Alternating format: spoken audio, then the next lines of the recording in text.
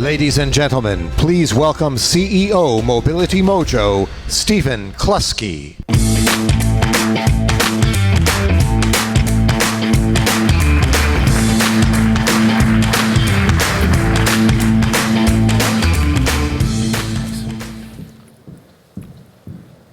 There was a pedestrian bridge built in Venice a few years back by one of the most famous architectural firms in the world. A stunning bridge which took years of development. But when it was opened, it became obvious that there was a serious problem. Can anyone tell what's wrong with this photograph? So you might notice, you see the little steps all the way across? A fairly insignificant detail maybe, but this little detail had huge ramifications. People kept tripping on them. Younger people, older people, and especially those with poor eyesight kept falling. So to try to address this, the council placed reflective strips along the bottom of each step. But the problems continued. Those with suitcases couldn't manage, and parents with buggies found it difficult. The council were getting sued, the architectural firm getting sued, the building company getting sued. Everyone was suing everyone. The legal battles continued, and after more than a 5-year wait, they retrofitted this. So lovingly called the egg by locals, this pod was added to the side of the bridge at significant expense to enable those who needed it to get across. And it takes 20 minutes to get from one side to the other. Funny thing is, a business actually developed from this problem. So local kids would wait at one side of the bridge and charge people €1 to carry their suitcases across. Now, I'm not telling you this story to scare you into thinking, God, are my facilities good enough? Rather, I'm using this story to highlight the fact that accessibility affects all of us. There are 1 billion people globally with accessibility needs. 1 billion people. Accessible tourism is the fastest growing, yet most underserved market in the tourism industry. But let's address a slightly more closer to home, for me anyway, segment of this market. I had an accident 16 years ago after I fell from a hay bale and broke my neck. I was a carefree 18-year-old with hopes, dreams, and aspirations. And in an instant, it felt like many of those doors had been slammed shut in front of my face. I remember one of the early days in the hospital when a nurse who was looking after me smuggled in a brochure for a treatment facility in the US. I cannot tell you the rapture I felt just knowing that hope was available. In that moment, just being any part of this world mattered more to me than whether I lived or died. That little brochure packed all the inspiration I needed to both try to live and to be okay, even if things didn't work out. And it's been the catalyst for my life since. You see, information empowers. Since that accident, I've gone on to get an honours business degree. I've helped change government legislation at the top level. I've helped to secure more than €4 million to reshape the accessible taxi landscape in Ireland. I've become a United Nations certified accessibility expert, along with Noel, our co-founder, who's helping me with the clicker today. I've traveled the world, and all while paralyzed from the neck down. The reality is that this incredible world we live in was still available to me. I'd just been viewing things in the wrong way initially. I now realized that I needed to plan much more vigilantly when traveling. But after entering this new world, I could see so much unnecessary friction in a deeply broken process, and a huge opportunity being missed by almost every hospitality provider in the world. You see, the real voyage of discovery consists not in seeking new landscapes, but in having new eyes. Many people with accessibility needs still have this viewpoint that the door is still shut to them. And I know that's not the case. Everyone has different levels of needs, and the world is made up of a complex pyramid of facilities that cater for everyone at some level. We just need to inform people properly. So with my business hat on, let me give you an example of the impact my custom had on a business. And bear in mind, a wheelchair user is only a small percentage of the much larger accessible tourism market. Earlier this year, I was planning a trip to Hamburg with some friends. And to give you some insight, as a wheelchair user, planning a trip is filled with multiple booby traps and potential potholes. And these wheels don't handle potholes very well. So I started where I think most of us start, your Booking.coms, your TripAdvisors, your Expedias, to try to get an understanding of the hotels in Hamburg. And great, it gave me that. Next, I needed to try to figure out the level of accessibility of these hotels and which would be more suitable for my needs. But this is where I began to struggle. Sure, I could sort of filter for accessible hotel, but what does that actually mean? What is accessible? There's so many different standards, different regulations, different perspectives across the world that from past bad experiences, just seeing that little wheelchair symbol didn't exactly fill me with confidence. So I phoned the hotel and I asked them, do you have a fully accessible bedroom? To which they said yes. So I said, great. So then I asked, do you have this, this, and this in the bedroom? And after going off to check, they came back with another yes. So I said, great, I'll book that. Now, on the face of it, that hotel got one booking because they had that one accessible bedroom. There was a lot of friction in the process for both myself and the hotel having to find that information, but that's just the way things are at the moment. I had looked at a number of other hotels who maybe had the facilities I needed, but they had no information on their website about that, so why bother?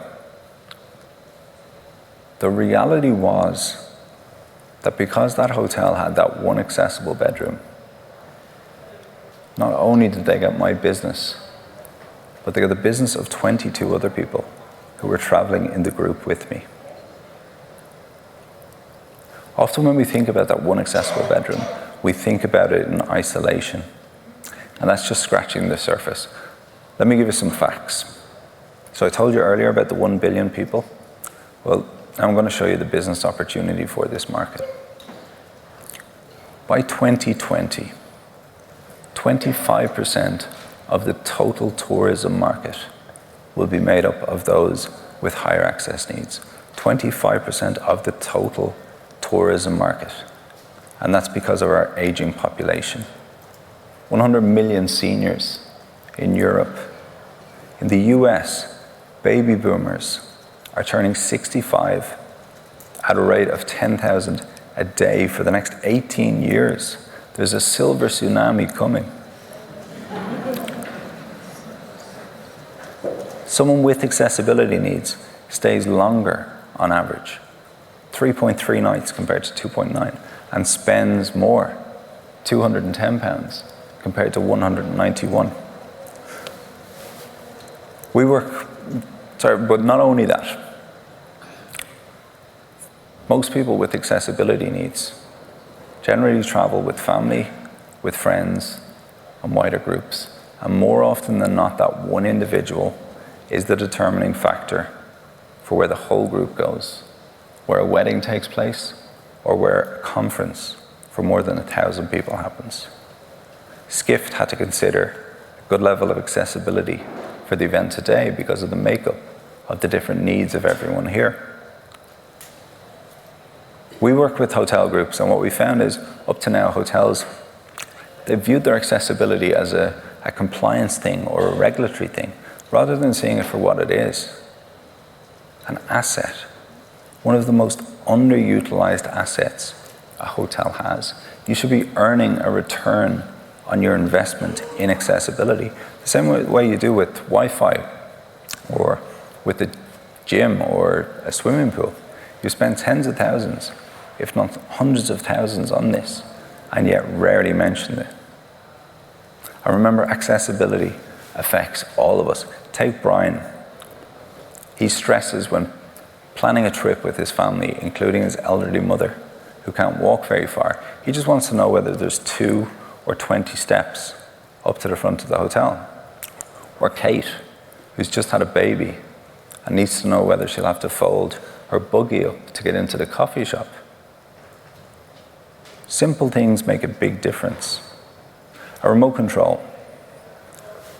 Do you know how many hotels keep the remote control either on top of the TV or the opposite side of the room to the bed? Now imagine that's your elderly mother or father with a bad hip or a bad knee who have to struggle out of bed for that trivial task. That's accessibility. I see many of you wearing glasses here today. Ever forgotten your glasses when you're out at a restaurant? Many restaurants offer a menu in larger print. That's accessibility. Accessibility affects all of us. Those 2 simple things cost practically nothing to implement, and yet make a big difference on the customer experience. So much of this comes down to loving our customers and to placing a value on that customer experience. But, and it's a big but, EU studies show that more than 50% of people with accessibility needs won't travel because of a lack of information and a fear of something going wrong. That's more than 500 million people globally. For most people with accessibility needs, the scariest thing about traveling isn't the organizing, it's the uncertainty, the black hole of not knowing what to expect. It's a key distinction. In the US, accessible bedrooms are the second most searched amenity after Wi-Fi, and yet have the least amount of information. Imagine how many untaken trips, unseen cities, many lost friendships and love, and how many missed business opportunities because we fail to fully inform. The good news is we can change things. We can do something about this. How we travel is indeed something we can affect. By making the system sensitive to this information, like the width of a door or the height of a bed, this stuff isn't rocket science. And there's no need for any hotel to be in any way afraid of it. It's also okay to not have the most perfect facilities. We get that. Everyone has different levels of needs. And by providing information on what you do have, you provide confidence, you provide reassurance, you provide life experiences. Imagine the ripples of this notion for the millions of people with accessibility needs. And that's why it's so exciting to be here at Skift, as each of you are the influencers and the decision makers. The primary message I have is that all of you represent enormous potential, an enormous possibility for change, because we know that a fully informed world not only impacts on more than 1 billion people around the globe, but it also creates a much better customer experience while increasing your bottom line. All across the world, people with accessibility needs, their lives are filled with uncertainty, and you can do something about that to allow life itself to play out and to give confidence to those who no longer want to have travel regrets. So whether it's Mobility Mojo or any other expert service provider, you find that can help you with this. I'm not here to talk to you about that. All that we're asking is that you join in. Parts of me died early on in that accident, and I think that's something we can all say in one way or another. I got to redesign my life around that fact, and I can tell you it's been a liberation to realize you can always find a shock of beauty or meaning in what life you have left. Like that brochure, lasting for a perfect moment, all the while giving hope. You see, information empowers. I believe in humanity. I believe humanity is endlessly striving for progress, pushing the dial forward to create a better world for everyone. It's just in us. It's what we do. It's human nature. I believe that when we look back at the end of our lives, the only real measure we can use to judge how well we've done is by three things. Have I loved enough? Have I laughed enough? And have I made a difference? The hospitality industry embodies these three qualities. People travel for love. They travel for laughs. They travel for life. You see, deep down, everyone is open to this world. We just want to make sure that the world is open to everyone. Thank you.